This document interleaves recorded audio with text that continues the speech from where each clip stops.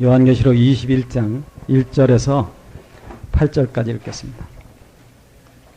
또 내가 새 하늘과 새 땅을 보니 처음 하늘과 처음 땅이 없어졌고 바다도 다시 있지 않더라.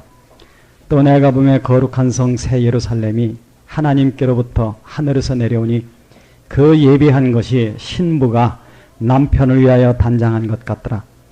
내가 들으니 보좌에서 큰 음성이 나서 가로되 보라, 하나님의 장막이 사람들과 함께 있으며 하나님이 저희와 함께 거하시리니 저희는 하나님의 백성이 되고 하나님은 친히 저희와 함께 계셔서 모든 눈물을 그 눈에서 씻기심에 다시 사망이 없고 애통하는 것이나 곡하는 것이나 아픈 것이 다시 있지 아니하리니 처음 것들이 다 지나갔음이로라. 보좌에 앉으신 이가 가라사대 보라, 내가 만물을 새롭게 하노라 하시고 또 가라사대 이 말은 신실하고 참되니 기록하라 하시고 또 내게 말씀하시되 이루었도다. 나는 알파와 오메가여 처음과 나중이라. 내가 생명수 샘물로 목마른 자에게 값없이 주리니 이기는 자는 이것들을 유업으로 얻으리라. 나는 저의 하나님이 되고 그는 내 아들이 되리라. 그러나 두려워하는 자들과 믿지 않은 자들과 흉악한 자들과 살인자들과 행음자들과 술객들과 우상숭배자들과 모든 거짓말하는 자들은 불과 유황으로 타는 곳에 참여하리니 이것이 둘째 사망이라. 기도하겠습니다.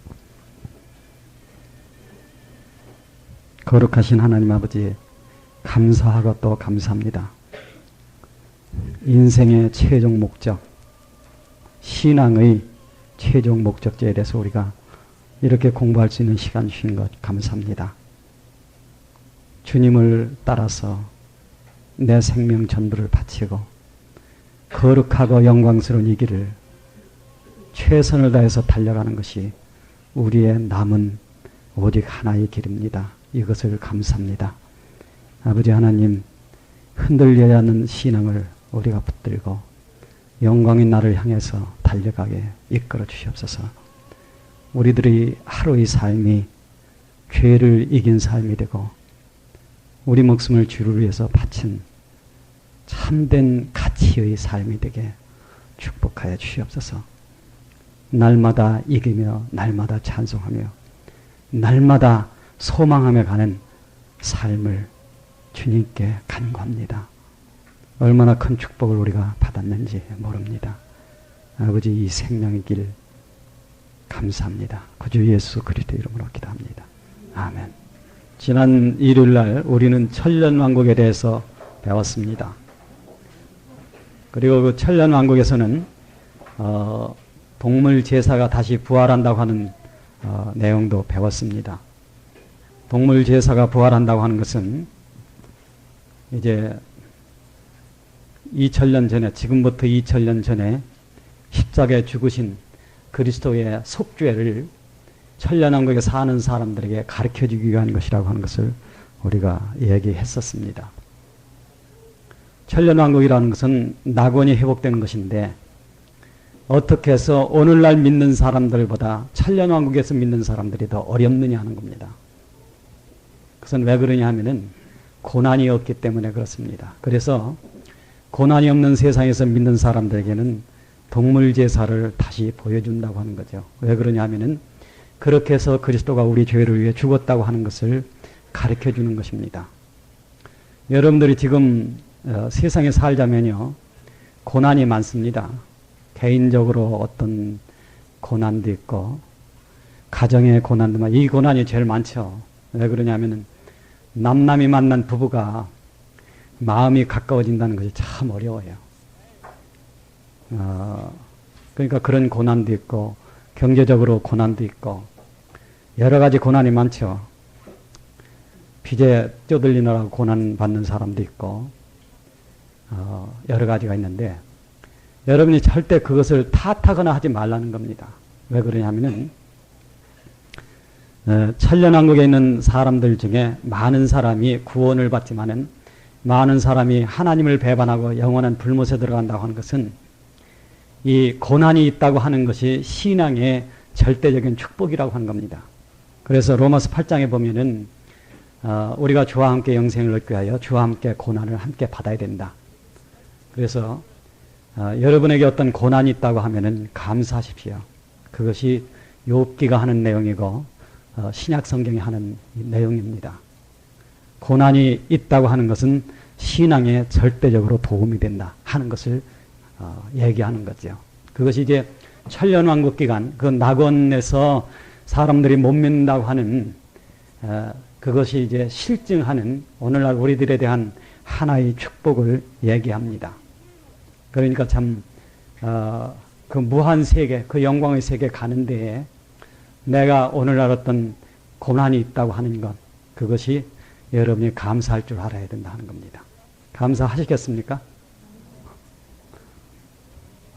이 고난 때문에 원망한다고 하면은 그건 신앙이 아니죠. 감히 어떻게 여러분 입에서 하나님에 대한 원망이 나올 수 있겠습니까? 오히려 그것이 감사로 변하고 축복으로 변할 때 그 안에는 무궁한 생명의 능력이 임하여 역사한다는 것을 우리가 알게 됩니다. 천년왕국이 끝나면은 이제 땅을 이어받을 사람들이 남고 그 다음에 불못에 들어갈 사람들이 나누어진다. 그것이 이제 우리가 지난번에 배웠던 내용입니다.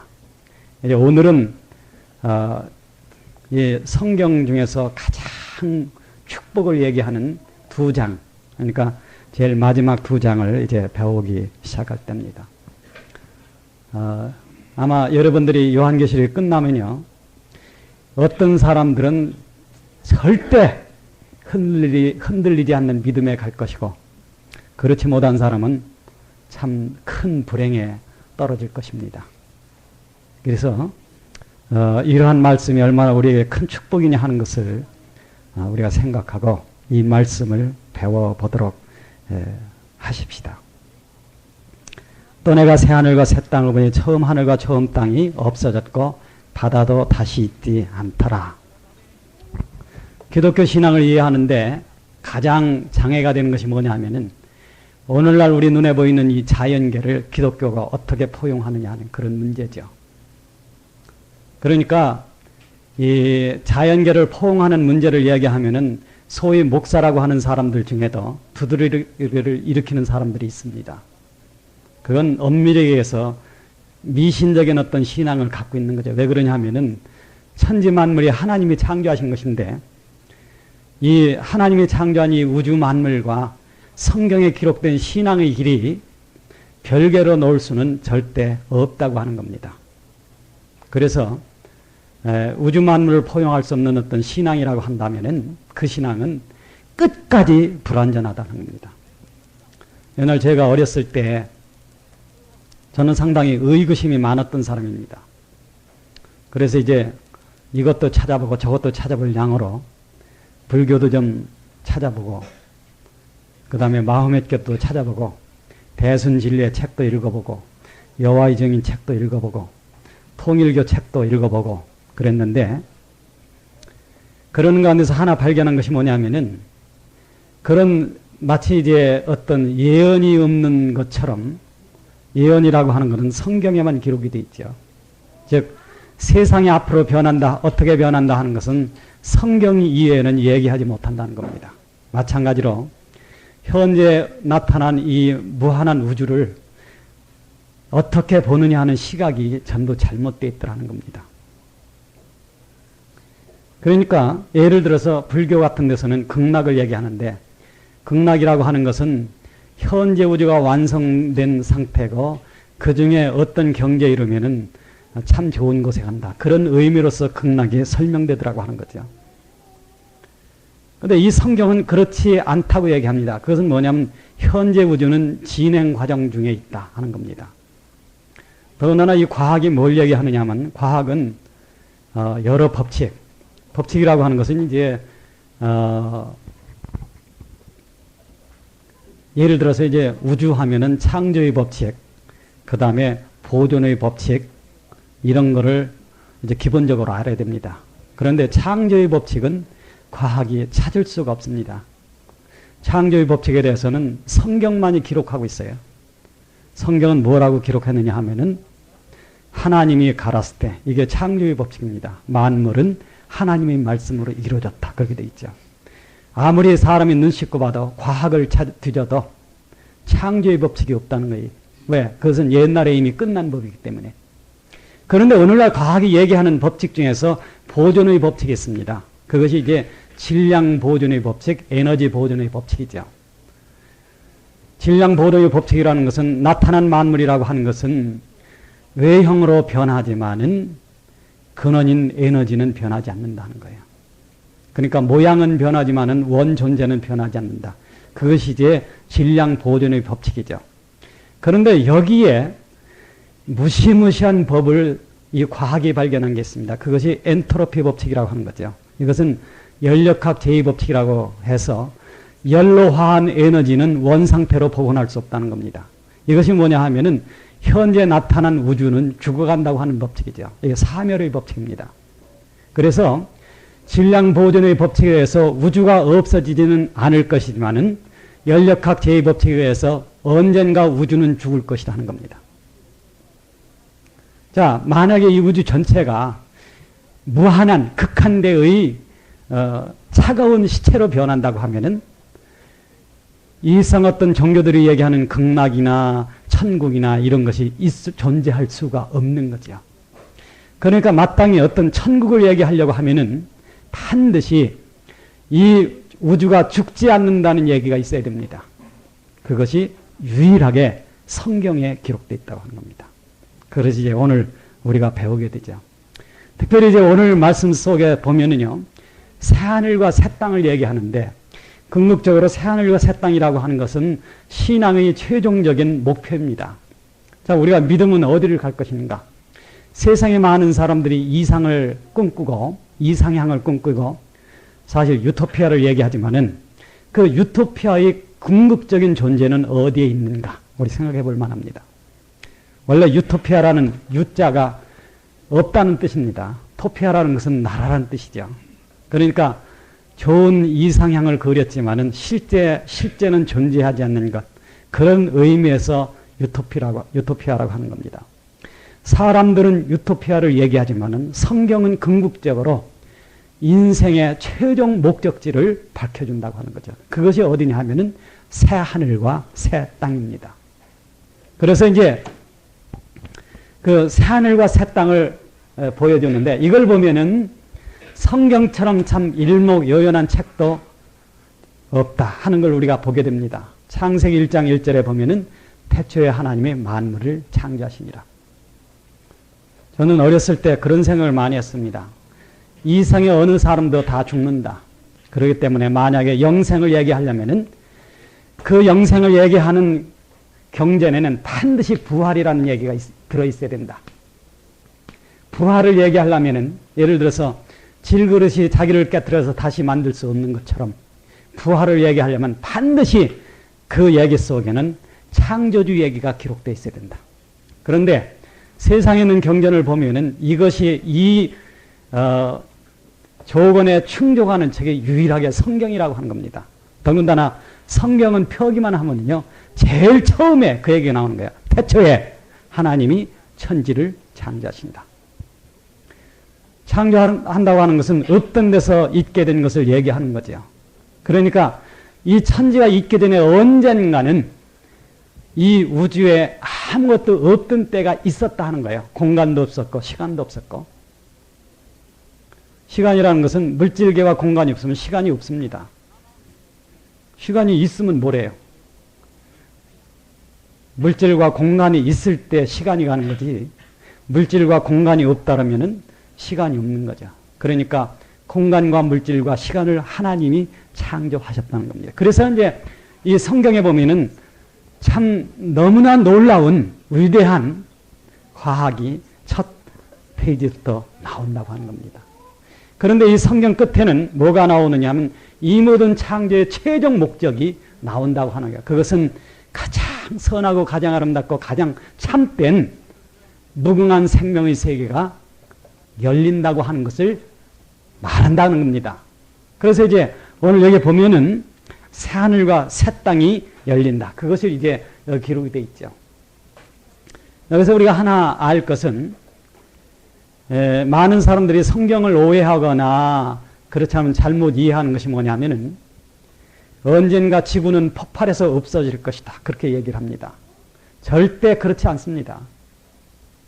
왜 그러냐면은, 자, 한번 우리가 상식적으로 생각하더라도 이 가치 있는 땅을 왜 폭발해서 없애겠느냐 하는 겁니다. 우리 지구에는, 지구가 아니라 태양계에는요, 9개의 행성이 있습니다. 지금 현재 사람이 발견하는 것이 그렇죠. 그 밖에 또 어떤 행성이 있는지 하는 것은 아직까지는 사람 눈으로 발견할 수가 없습니다. 그런데 현재 9개까지는 발견이 됐거든요. 그 중에서 태양에 가까운 쪽에 있는 4개의 별은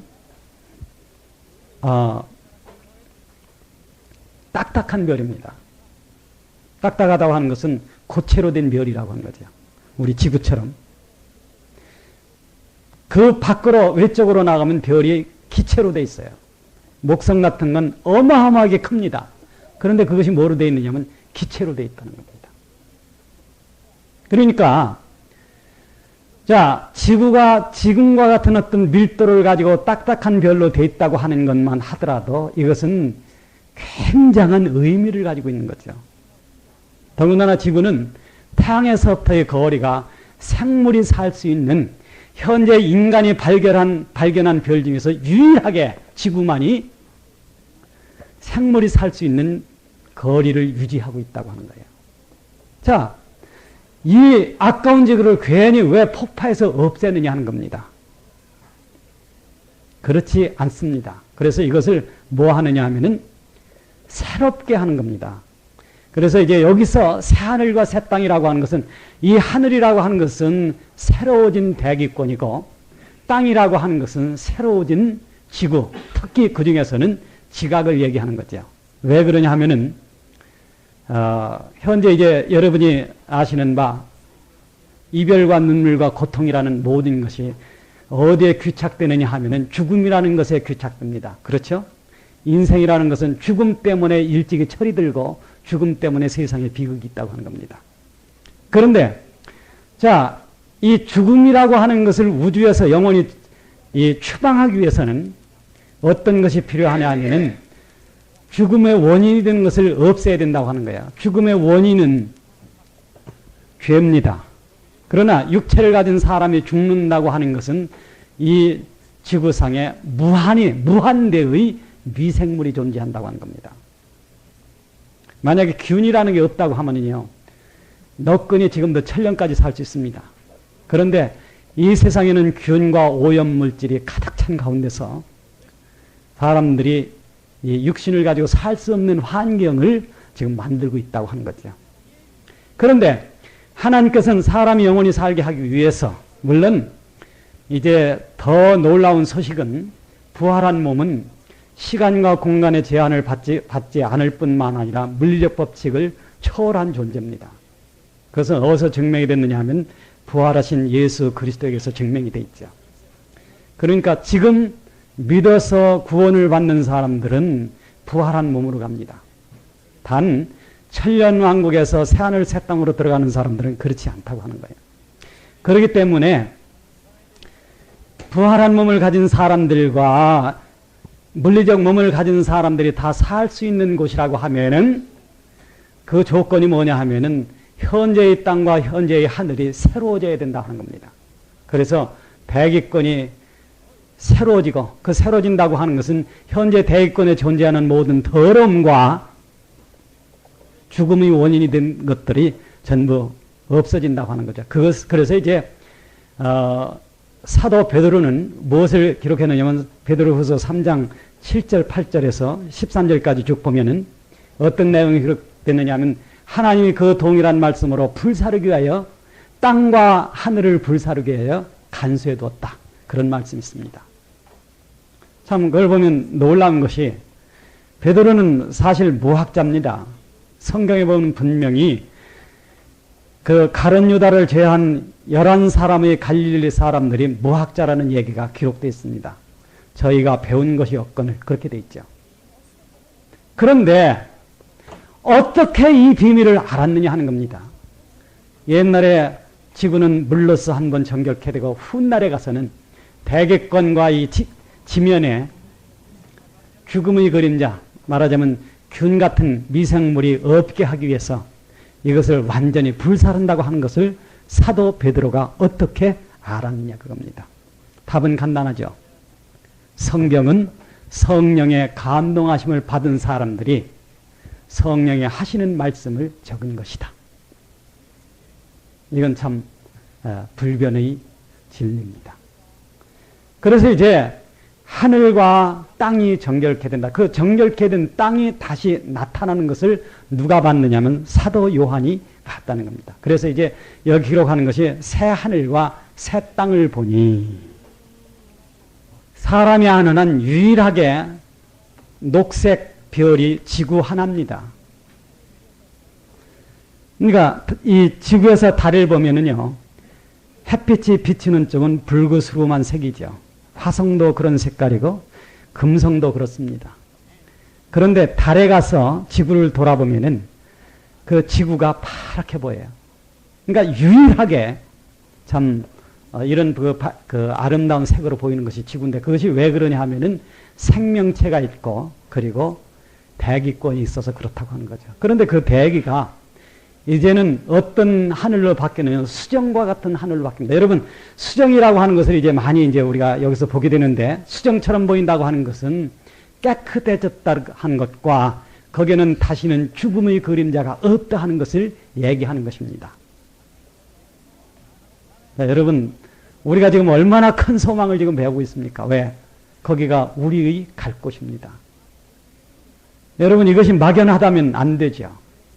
오늘 이제 경고의 말씀 속에 그 내용이 들어 있습니다. 믿으려면 확실히 믿으라는 거예요.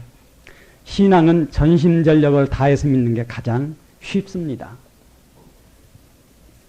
이제 세상에 한 발 디디고 교회 안에 한 발 디딘 신앙 있죠. 믿는 것도 아니고 안 믿는 것도 아닌 거. 하나님이 제일 싫어하는 신앙. 그것은 안 된다는 거예요. 그런 사람들은 불못에 간다. 그렇게 성경에 기록되어 있습니다. 성경 어디 그러냐? 오늘 내가 지금 여러분한테 읽어드리겠습니다. 그런데 자, 그런 그 새 하늘, 이것은 참 수정같이 맑은 그 하늘이 다시 펼쳐지고, 그리고 거기에 뭐가 나타나냐 하면은 새 땅이 나타난다고 하는 거죠. 새 땅이라고 하는 것은 이제는 다시 썩는 것과 죽는 것이 없는 그러한 땅으로 지구가 부활했다고 하는 것을 얘기합니다. 새 땅을 보니 처음 하늘과 처음 땅이 없어졌고 바다도 다시 있지 않더라. 성경을 해석하는데 참 많은 학자들에게 어려움을 준 내용이 이 바다가 없다는 뜻이 뭐냐 하는 겁니다. 그래서 이 바다가 없다는 데 대해서 구구한 어떤 그 설명이 있습니다. 제가 이제 그것을 한번 여기 적어왔는데 한번 읽어보면 그렇습니다. 바클레이라고 하는 분이 있죠. 이 사람은 옛날 사람들은 바다를 상당히 두려워했다. 왜냐하면 바다라는 것이 풍랑이 튀면, 여러분이 아시다시피 갈릴리 바다만 하더라도요, 매일 정기적으로 위에서 바람이 내려부는 때가 있습니다. 그래서 왜 그러냐면 지형상 갈릴리 지역은 그 바다 주위에 굉장히 높은 산이 있어요. 그러니까 갈릴리에 살던 어부들은 그 풍랑을 경험한다는 것이 다반사처럼 되어 있다는 겁니다. 옛날 사람들은 특히 이제 바다를 걷는다고 하는 것은 어떤 그 과학이 발달하지 않을 때는 굉장히 어려운 문제죠. 그래서 바다라고 하는 것은 참 가공할 어떤 존재로 옛날 알았다. 그래서 바다가 없다는 것은 가공할 어떤 존재가 없어졌다는 것을 상징한다. 그렇게 해석하는 분도 있다 하는 겁니다. 그 다음에 이제 일본 사람인데 이지시마라고 하는 사람들은요, 바벨론 신화를, 예를 들어서 이제 바다에서는 괴물이 살기 때문에 그 바벨론 신화를 사람들에게 알게 하기 위해서 바다가 없다고 하는 얘기를 썼을 수도 있다. 그렇게 이제 해석도 했다고 하는 겁니다. 그 다음에 미국에 있는 자이스 박사라고 하는 분은 상당히 근거가 있는 내용입니다. 왜 그러냐면은 지금 우리 기록되는 걸 보면, 자, 새 하늘과 새 땅을 보니 처음 하늘과 처음 땅이 없어졌고 바다도 여기 바다도거든요. 그러니까 이건 처음 바다가 없어졌다. 그런 의미입니다. 단 여기 새 바다가 있다는 얘기는 없지만은 이것은 처음 바다가 없어졌다는 얘기다. 이렇게 얘기를 하고 있습니다. 이거 상당히 어떤 그 근거가 있는 얘기가 아닌가 그렇게 보여주는 해석이고요. 그 다음에 이제 그 유대 랍비들에게는 어떤 전통이 있었느냐 하면은 이 훗날 지복의 세계가 오면 모든 사람들이 바다를 사람들이 바다를 즉 무리로 걸을 수 있다. 그런 의미에서 바다가 없다는 뜻이다. 그렇게 해석을 했다고 하는 거죠. 그 다음에 그 일본 사람인데 야마구치라고 하는 사람은 여러분이 아시다시피 바다에서 뭐가 나오느냐면 적그리스도가 나온다는 얘기가 기록이 되어 있습니다. 그러니까 세속 세계가 멸한다. 그런 의미에서 바다가 없다는 뜻이다. 특히 이제 요새 한국에 많이 이제 활동을 하고 있는 그 말씀 보존학회의 피터 러크만이라고 하는 분은 어떻게 해석을 했느냐 하면은 이 바다는 지구상에 있는 대양을 가리키는 바다가 아니다. 이 바다는 욥기 30장이나 41장에서 기록된 그러니까 그 위엔 물, 궁창 위엔 물을 가리키는 거다. 이것도 상당히 근거가 있어요. 왜 그러냐 하면은 하나님의 최종 거주지가 어디냐 하면은 새 예루살렘 성에 있는 구원 얻은 성도들입니다. 그러니까 현재는 셋째 하늘에 거하시지만은 셋째 하늘이 어디로 옮기느냐 하면은 지구로 옮긴다는 거예요. 그러니까 이 지구는 명실공히 이 우주의 근본이 됩니다. 중앙이 되는 거죠.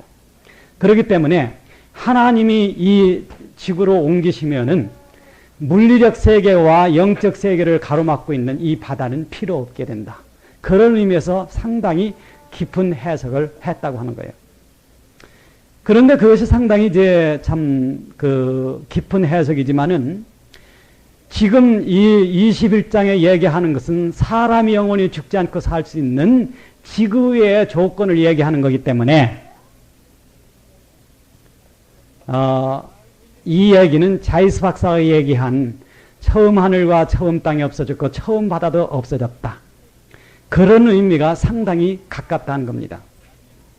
그런데 자 이제 요 정도로 이제 이 얘기를 해두고 왜 그러냐 하면은 저는 이제 이걸 두고 이런 경우가 있습니다. 생명강이 흐르죠. 생명강은 예루살렘으로부터 흘러서 이 생명강은 어디까지 흐르느냐 하면은 어쩌면 전 지구를 다 적실는지 모른다는 거예요. 왜 그렇습니까? 생명강이 뭐냐면은 먹으면 죽지 않는 물입니다. 이상한 물이죠. 여러분 우리가 앞으로 가는 그 세계가 얼마나 큰 축복의 땅이라는 거 여러분 아셔야 됩니다. 하나님은 오늘날 우리가 이 세상에 사는 동안에 어떤 고통도 주시지만은 그러나 완전하고 참된 소망을 우리에게 주시고 이루어 가십니다.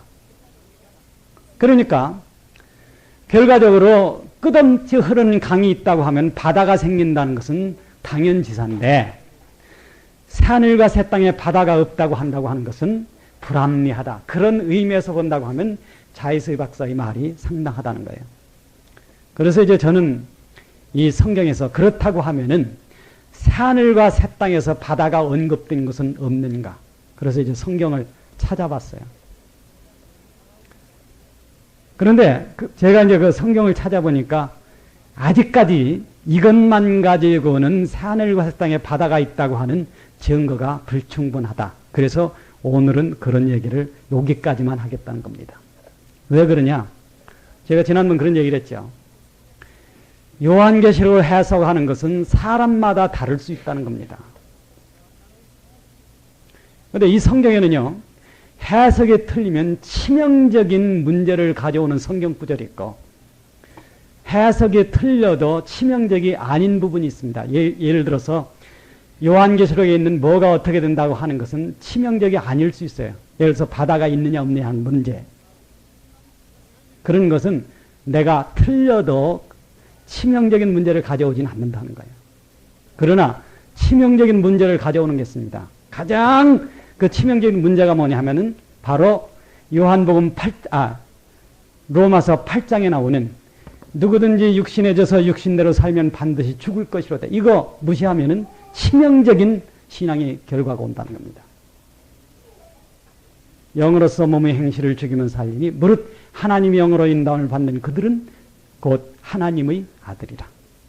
이 성경 부분을 무시하면은요, 그 사람은 절대 기초에서 온전한 대로 갈 수 없다는 겁니다.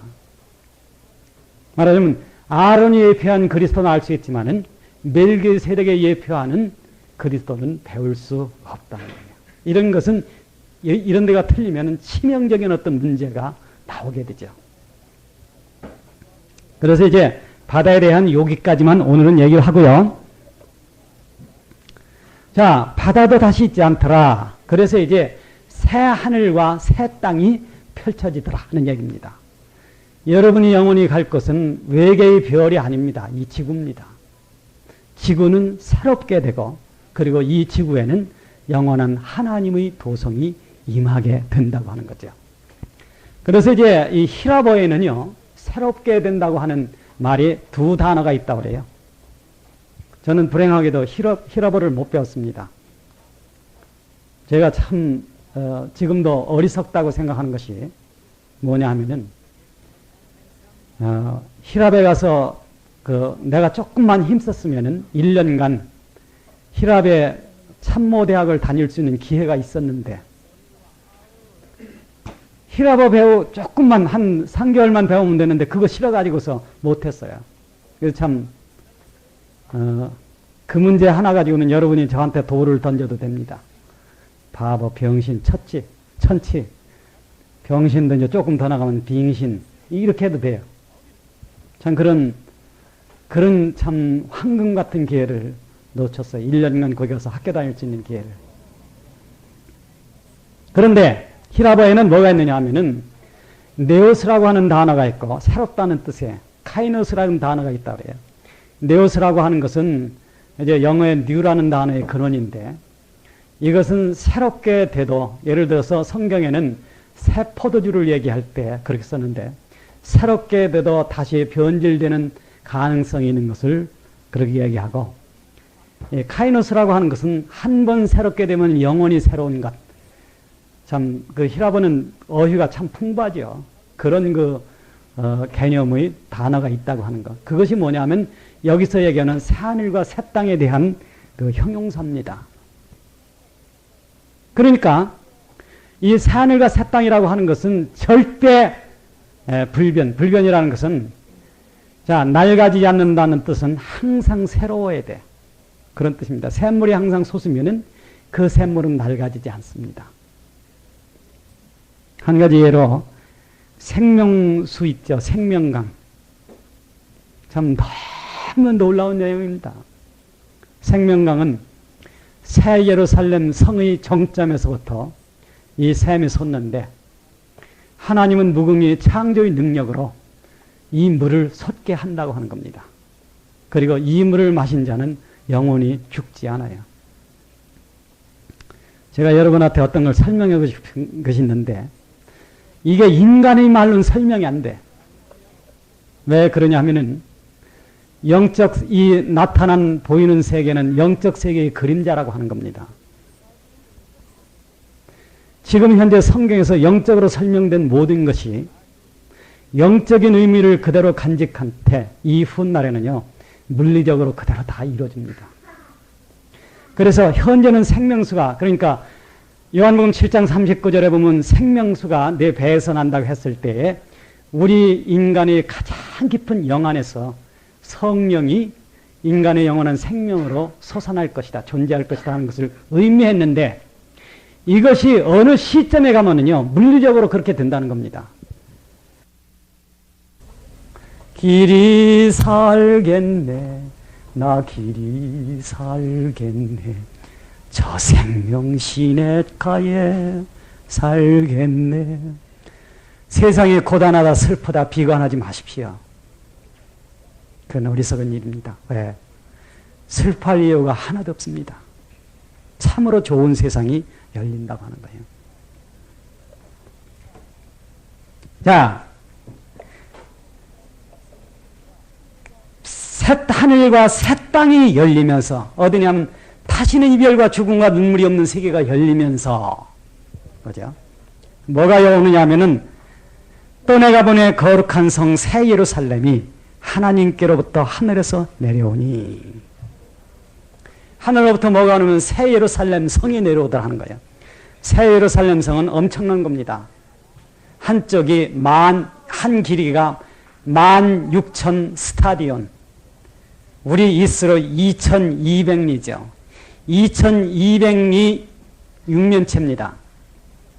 그러니까 한쪽 길이가 2,200리예요.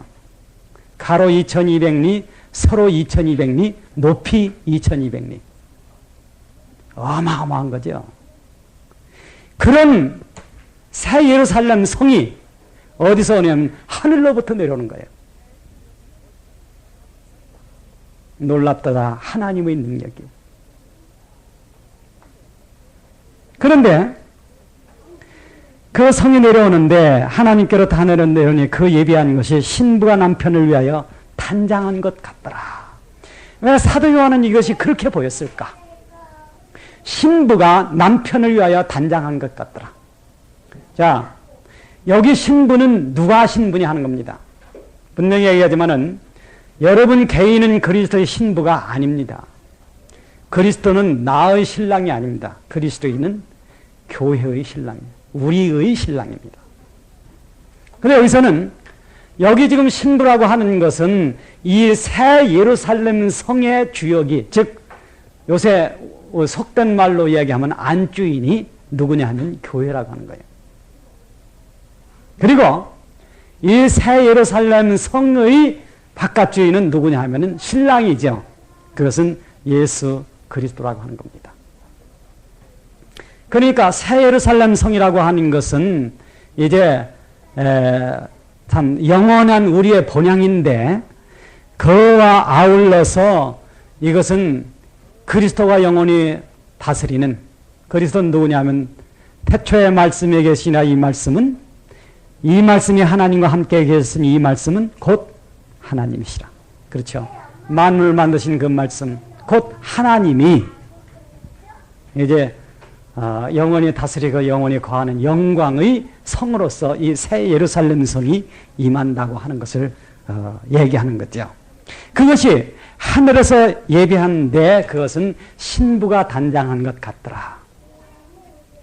우리가 여기서 한 큰 어떤 걸 볼 수 있는데요. 그것이 뭐냐면 신부라고 하는 개념입니다.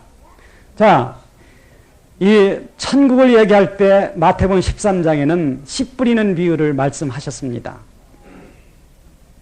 그래서 씨 뿌리는 비유가 어떻게 끝나냐면 알곡은 모아 곡간에 들여요. 참 알곡.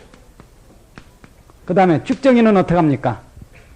쭉정이는 불에 태워. 어떤 불입니까? 꺼지지 않는 불에, 영원한 불에, 즉 불못에 간다고 하는 겁니다.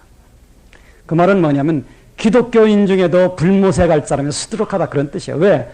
쭉정이라는 것은 알곡과 껍질은 똑같은 거니까. 찬송 부르는 거, 기도하는 거, 교회 왔다 갔다 하는 건 똑같으니까. 여러분 주의 있게 들으십시오.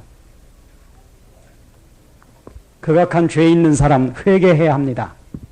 내가 분명히 지금 얘기하고 있어요. 회개하십시오. 안 하면은 불못에 갈 것입니다. 자, 알곡은 모아 곡간에 들인다고 하는 것은 이 알곡은 뭐 하는 것이냐? 알곡은 심어지는 겁니다. 다른 생명의 씨가 되는 거죠. 우리는 여기서 신랑 신부가 새 예루살렘 성을 대표한다는 걸, 대표하는 개념이 된다고 하는 걸 보면요. 하나님의 무궁한 생명의 역사는 새하늘 새 땅에 가서 아기자기 사는 것으로 끝나지 않는다는 거예요. 영원 세계는 가서 그늘에 앉아서 매미처럼 노래나 부르고 시원한 바람에서 부채질이나 하고 앉아있는 그런 나라가 아닙니다. 영원 세계는 생산적인 나라죠. 왜 그러냐? 이 태양계 밖에 있는 수많은 별들에게 하나님은 무엇을 심겠습니까? 그렇잖아요?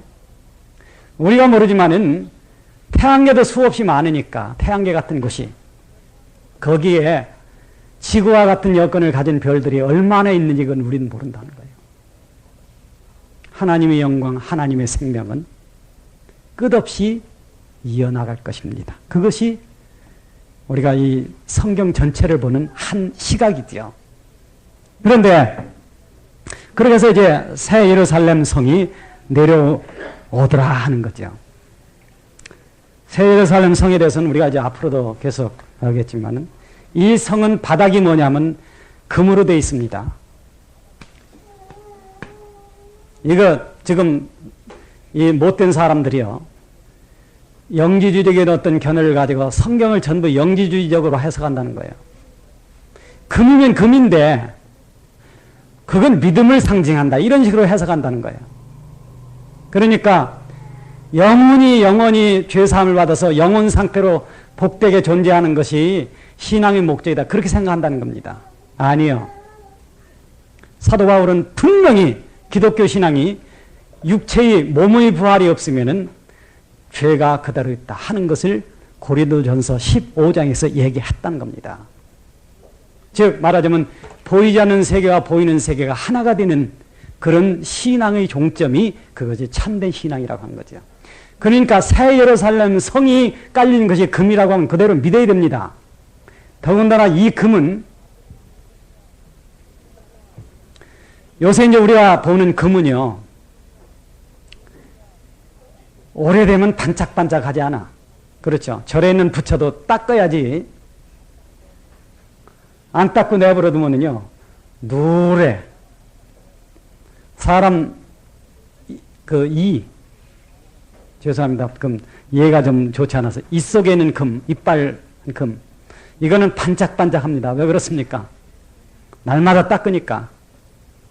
그런데, 여기 지금 이 금은요, 여기 이 성경에 보면은 이 예루살렘 성을 구성하고 있는 모든 것이 수정 같다 얘기하고 있어요. 수정 같다고 하는 것은, 그 심오한 어떤 존재 가치가 참으로 밝게 보이는 어떤 걸 얘기하는 거죠. 그러니까 그 예루살렘 성 전체가 금으로 깔린다. 금이 얼마나 많겠어요? 2200리가 금으로 깔린다고 하면은. 여기에 뭐가 흐르느냐면 생명강이 흐르고, 그리고 그 생명강가에는 많은 나무들이 심어져 있습니다. 그러면 이제 하나 궁금증이 생겨요. 자, 금으로 된 그 금 땅에 나무가 살 수 있겠느냐 하는 거예요. 한번 물어봅시다. 살 수 있겠습니까? 없겠습니까? 나무가. 살 수 있다고, 없다고 하는 분 한번 손 들어 보십시오. 있다고 하는 분이요. 예. 이따 1,000원 드릴게요. 살 수 있습니다. 왜 그러냐면은, 여러분, 수경재배라고 하는 거 지금 아시죠? 땅에 안 심어도 살아요. 더군다나, 하나님이 하시는 일인데, 그게 무슨 문제가 되느냐 하는 겁니다. 금에서 나무가 살 수 있는지 없는지 하는 것이. 단 하나, 생명강이 흐르고, 한 번 먹으면 죽지 않는 그 물이 흐르고, 그리고 그 생명강가에는 먹으면 죽지 않는 생명나무가 있고 그 열매가 있다고 하는 거예요. 자, 이제 에덴 동산에 했던 이 생명과라고 하는 것은 상징으로 뭐로 바뀌었느냐 하면 십자가로 바뀌었습니다. 아까도 얘기했죠. 영적 의미와 물리적 의미가 만나는 날이 온다고 하는 거.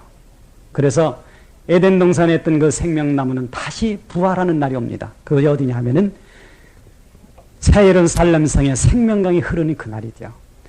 이 생명강 주위에 있는 생명나무들에는 이제 잎과 나무가 열리는데 그 나무는 시절을 쫓아 과일을 맺는다. 여러분이 한 가지 알 거는 날과 다른 새하늘 새 땅에 가도 그대로 존재합니다. 그래서 거기서도 1년은 12달이에요.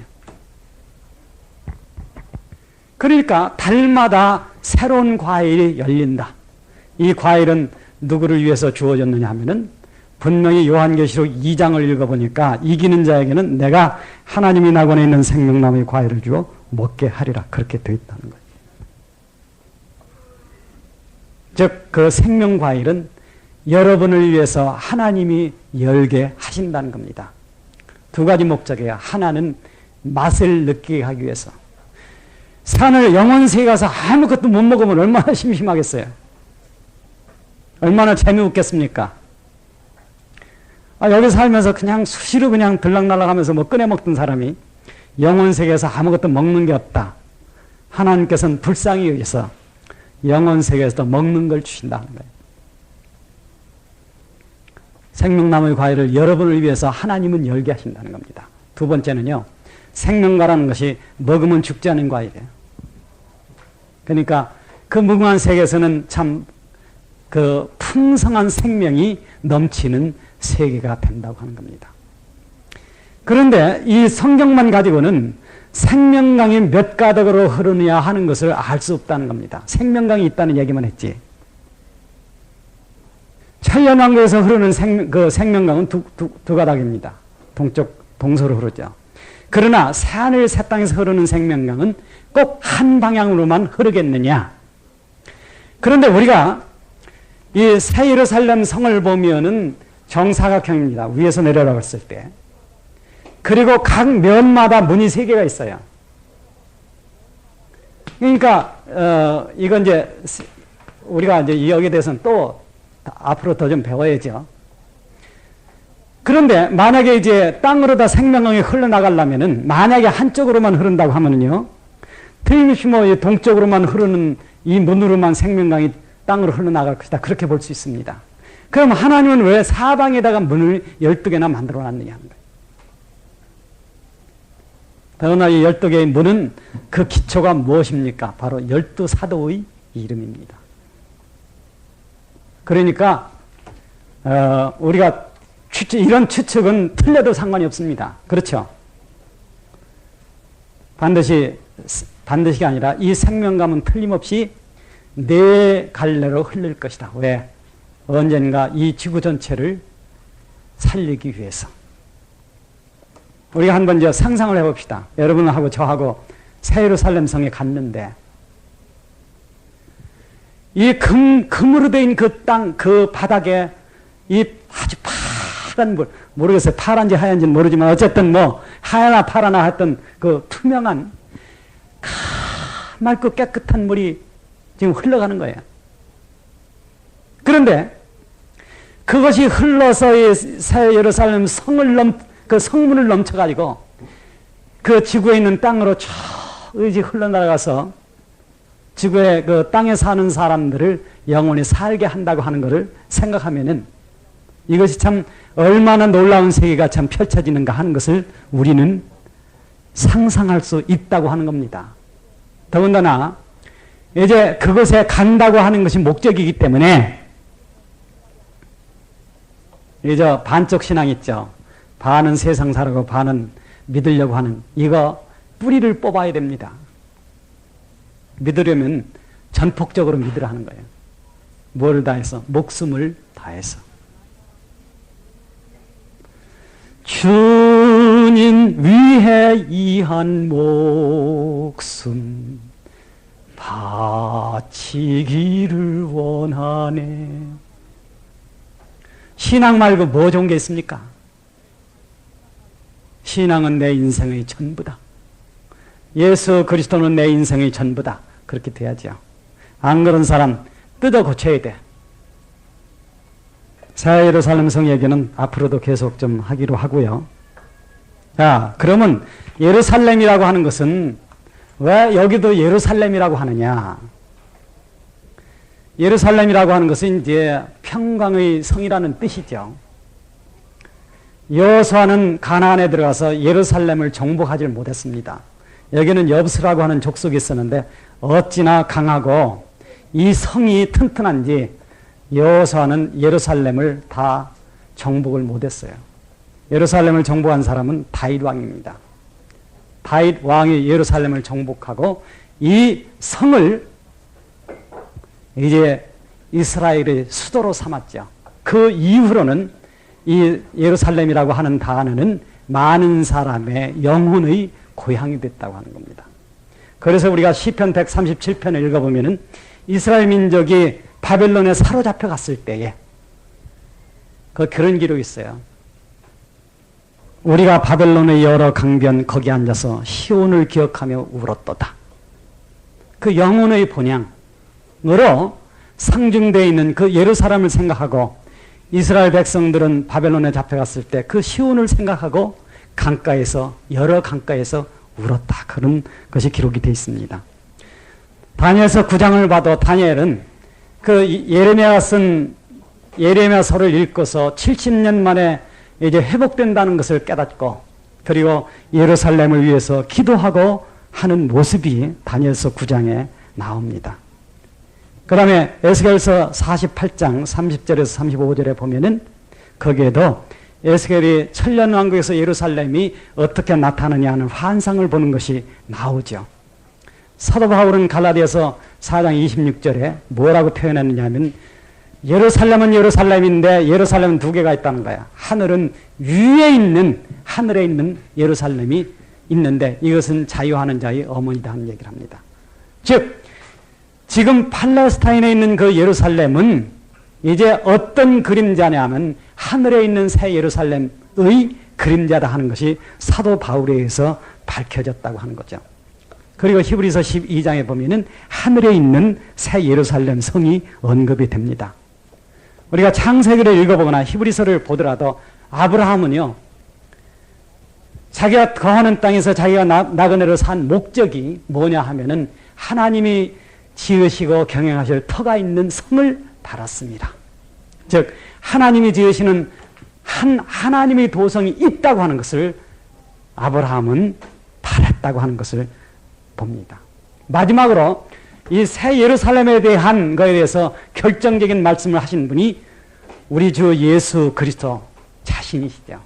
그분은 요한복음 14장 2절과 3절에서 이제 새 예루살렘 성에 대해서 말씀을 하셨습니다. 1절에 어떻게 됐습니까? 너희는 마음에 근심하지 말라. 하나님을 믿으니 또 나를 믿으라. 내 아버지 집에 너희 있을 것이 많다. 그렇지 않으면 내가 너에게 일렀으리라. 내가 너희를 위하여 있을 곳을 예비하러 가노니. 그래서 예수님께서는 새 예루살렘 성을 완성하기 위해서 하늘로 돌아간다 하는 것을 말씀하셨습니다. 그것이 뭐냐 하면은 우리가 거할 영원한 집이지요.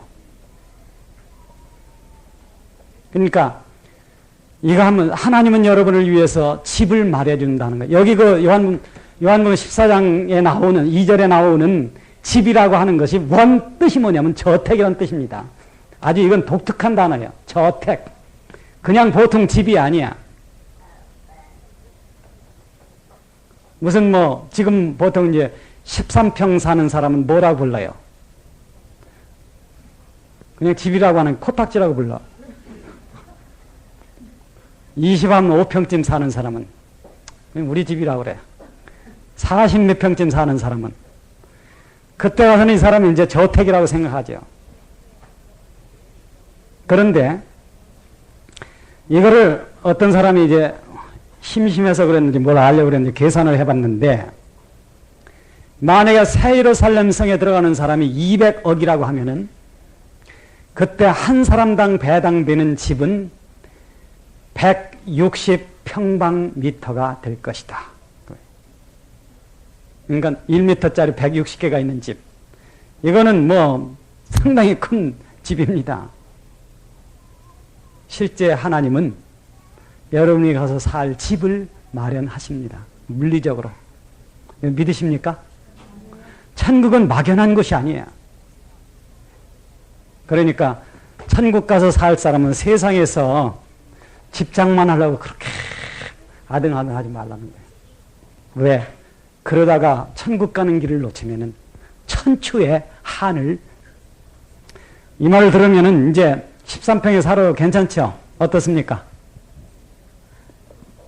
3절, 내가 들으니 보좌에서 큰 음성이 나서 가로되 보라, 하나님이 장막이 사람들과 함께 있으며 하나님이 저희와 함께 거하시니 저희는 하나님의 백성이 되고 하나님은 친히 저희와 함께 계셔서 모든 눈물을 그 눈에서 씻기심에 다시 사망이 없고 애통하는 것이나 곡하는 것이나 아픈 것이 다시 있지 아니하리니 처음 것들이 다 지나갔습니다. 사망, 그러니까 죄와 사망과 죽음 이런 것들은 전부 뭐라 그러면 처음 것들이다 그겁니다. 현재의 지구, 현재의 기간에 현 세대에 지상에 존재하는 것들, 그것이 뭐냐면은 눈물, 애통, 죽음 이런 것들이죠. 옛날에 석가 선생님이 있는데 어떤 과부가 와가지고 자기 아들이 이제 죽는다 하는 거예요. 그래서 아들을 살려달라고 그냥 애걸복걸을 하더라는 겁니다. 그러니까 석가가 뭐라 그랬느냐면은 그래 살려줄 테니 내가 가서 죽은 사람이 하나도 없는 집에 가서 쌀을 좀 얻어다가 그것을 죽을 끓여서 먹이면 된다. 그러니까 가서 그렇게 하라는 거예요. 이 사람이 죽은 사람이 없는 집을 찾아다녔는데 한 집도 없더라는 겁니다. 죽은 사람이 없는 집이 어디 있어요? 그것이 석가의 답이에요. 근데 여기 지금 성경이 얘기하는 거는 이제 그런 얘기하고는 완전히 다른 차원의 얘기죠. 처음 것들, 이 세상에 존재하는 것들. 애통, 눈물, 죽음 이런 것이 다시 없는 세계에 간다는 거예요. 왜? 처음 것은 지나간다. 오늘날 이 세상에 속한 인생의 비극은 지나간다는 거예요. 저는 이제 옛날, 지금 세대로 보면 옛날 사람이죠. 요새는 먹고 살기에 부족함이 없으니까 애들이 뭘 배우느냐 하면요. 어떤 철학이라든가 소신이라든가 이런 게 없습니다. 그냥 하루하루를 즐기면서 사는 걸 배운다는 거예요. 노래 듣는 것 봐도 뭐 어디서 그렇게 내가 듣기에는 풋내전 공장에서 기계 돌아가는 소리야. 우리 어려서는 지금 같은 노래가 없었습니다. 전부 슬픈 노래죠. 제가 좋아하는 슬픈 노래 중에 하나는 난 한 번도 끝까지 불러본 적이 없는 노래가 있어요. 한 송이 눈을 봐도 고향 눈이 하는 노래. 옛날 여러분 간도라는 거 알잖아요. 만주와 두만강 사이에 있던 섬. 일제시대에 이 땅에 살 수 없는 사람들이 나날이 보찜 흘리고 걸어서 그 강을 건너서 중국으로 도망갔습니다. 만주로. 거기에 살려고 하는데 겨울이 되면 눈이 오는 거예요. 사람들 마음속에는 고향이 가고 싶어. 고향에 두고 온 부모가 보고 싶은 거예요. 날은 춥죠. 먹을 거 없죠. 잘 데 없죠. 거기에 눈이 오는 걸 한번 바라보십시오. 그럴 때 떨어지는 그 눈 한 송이는 내가 정말 돌아가고 싶은, 정말 편안히 살고 싶은 그 고향집, 그런 그 눈을 생각한다는 거예요. 그것이 세상의 한 비극입니다. 저는 그런 걸 생각하면 지금도 그런 노래를 들으면 아주 숙연해져요. 한 송이 눈을 봐도 고향 눈이요. 두 송이 눈을 봐도 고향. 아, 옛날에 우리 선조들이 그 어려운 여건 속에서 눈 올 때마다 고향을 생각하면 그 마음이 얼마나 슬펐을까. 여러 가지 비극, 죽음. 그런데다가 부모가 돌아가셨던 얘기를 한 1년이나 반년쯤 지나서 전하는 소리 한번 들어보십시오. 세상이 얼마나 슬플까. 그런데 성경은 이 모든 것들이 처음 것들이다 그거예요. 이것들은 지나간다 그겁니다. 그리고 다시는 이별과 죽음이 없는 그 세계가 온다는 거예요. 얼마나 참 소망의 어떤 말씀이 우리들에게 주어지느냐 하는 겁니다. 지금 읽은 내용은 오늘 다 얘기를 못 하겠네요. 여기 보면은 어떠한 사람은 하늘나라에 못 간다. 그것이 이제 그 뒤에 있죠. 두려워하는 자들과 믿지 아니하는 자들과 흉악한 자들과 살인자들과. 이거 다음 일요일날 더 얘기하기로 하고 여기서 두려워하는 자들만 오늘 말씀을 드리겠습니다. 두려워하는 자들은 불못에 던져진다 하는 거예요. 왜 그러냐? 이 두려워하는 것이 뭐냐? 뭘 두려워하면 그러냐 하는 거예요. 두려워하는 자들과 믿지 아니하는 자들과.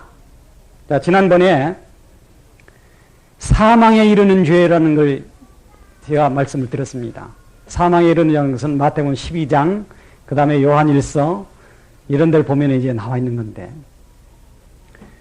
대개 이제 사람들이 사망에 이르는 죄는 안 믿는 죄다 그렇게 해석을 하죠. 그렇지 않아요. 사망에 이르는 죄는요, 신성모독죄입니다. 자기를 가리켜 하나님이라고 하거나 자기를 가리켜 예수라고 하는 사람이에요. 이 사람들은 두말할 것 없이 불못에 갑니다.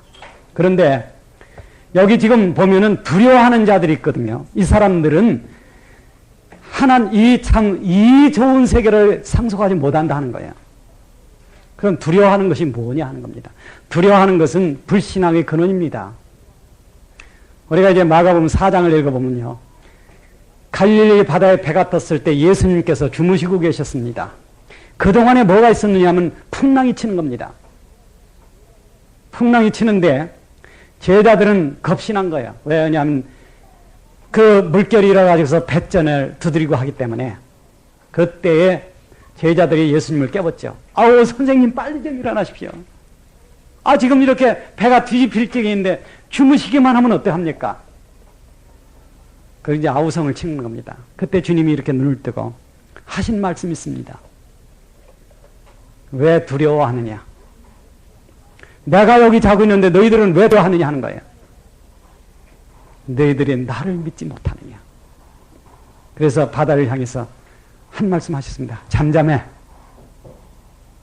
그러니까 바다가 꼼짝 못하고 그 순간에 산더미 같은 물결이 다 없어지더라 하는 거예요. 그리고 바다가 아주 평온해졌습니다. 두려워한다는 것은 이게 반쪽 신앙입니다. 은혜의 바다로 들어가는데 두려워하는 마음을 가지고 완전히 자기를 못 맡기는 마음입니다.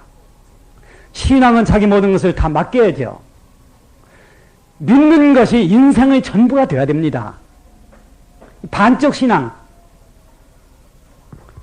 눈치 굴리고 세상에 좋은 것 따라가면서 하늘나라 갈 욕심 가지고 믿는 척하는 거, 이거 때려잡아야 됩니다. 내 모든 것을 다해서 믿으라 하는 거예요. 조금만 핑계거리가 있어도 교회 안 나와. 무슨 일입니까? 오늘 뭐 있어? 핑계거리만 생기면 기분 좋죠. 가기 싫은데 마침 잘 됐어. 여러분은 언젠가 그 값을 받을 것입니다. 때가 가까울수록 모이기를 힘써야 돼. 여러분, 제가 부탁하는 것은 우리가 믿는 바 그 소망이라는 것은 분명한 것입니다. 이 반쪽 신앙, 가늠하는 신앙, 두려워하는 신앙, 다 맡기지 못하는 신앙, 오늘 다 때려잡아야 돼. 그래서 이후로는 내가 전적으로 믿어야 된다는 거예요. 기도하는 거 전적으로 해야죠. 적어도 나는 이후로 어떤 죄든지 빠지지 않고 살겠습니다. 그걸 원합니다. 하나님, 나를 그렇게 인도해 주십시오. 그 마음이 있어야죠. 죄에 빠지면 또 이제 회개하면 되지만 그런 생각 하지 말고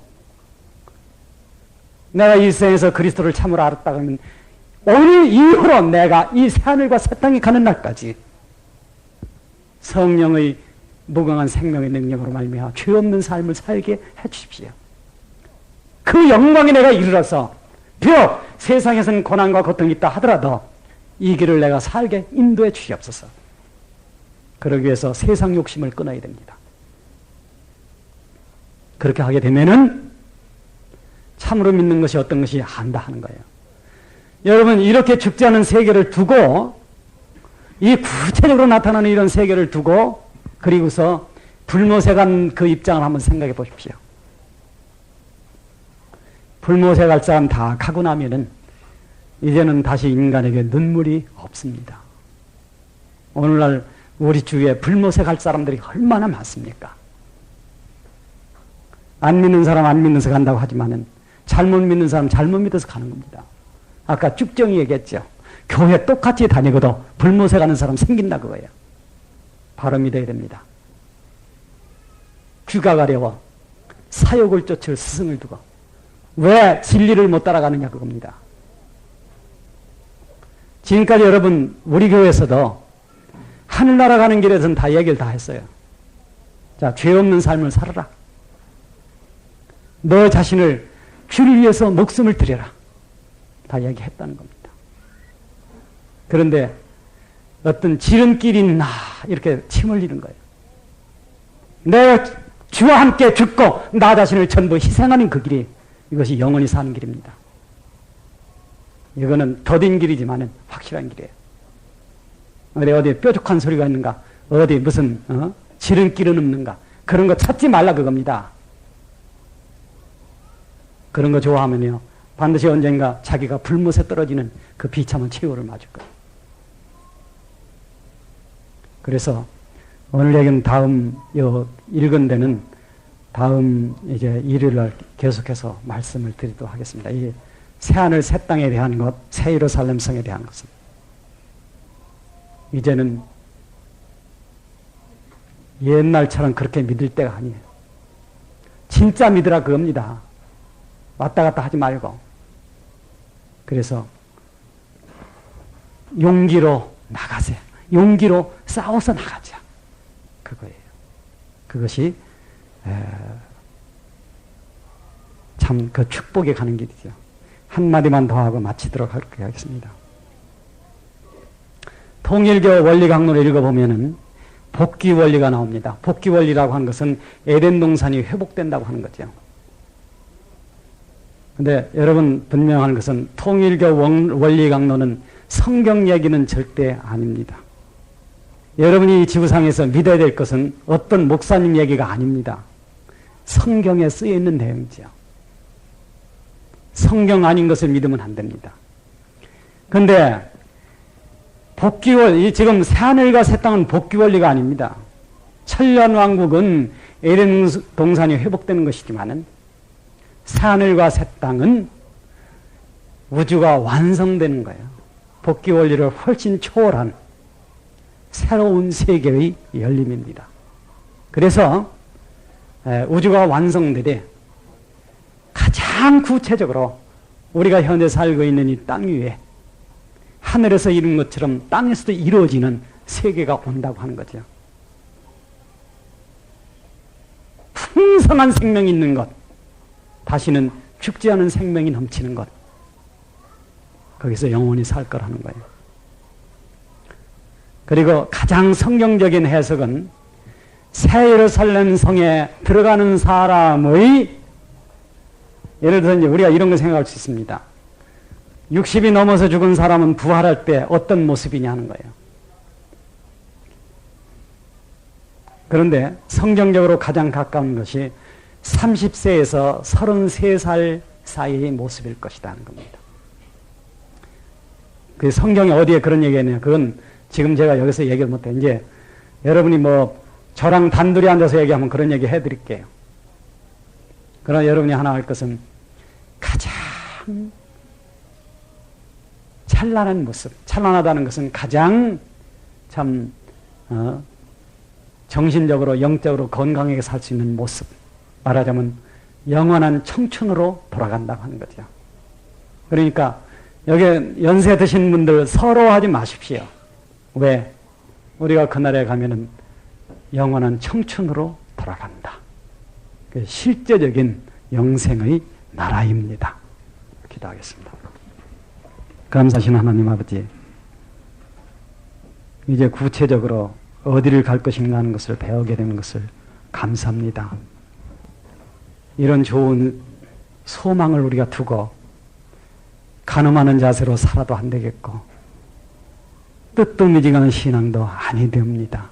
아버지, 여기 있는 저희들 불쌍히 여겨주시고 마음속에 새로운 용기를 심어주시고 그로 말미암아 과거에 잘못된 신앙을 고칠 수 있게 하여 주시옵소서. 참으로 회개할 수 있는 그 은총을 허락해 주시고 그래서 다 새로운 마음, 새로운 믿음, 새로운 각오로 주님 오시는 그날과 새하늘 새 땅을 바라보고 살게 인도하여 주시옵소서. 베드로후서 3장 10절에 거룩한 행실과 경건함으로 주의 날이 임하기를 바라보고 간절히 사모하라는 말씀이 있습니다. 아버지, 그것이 우리 신앙이 되고 세상에 매이지 않는 신앙을 갖고 살게 하여 주시옵소서. 구주 예수 그리스도의 이름으로 기도합니다. 아멘.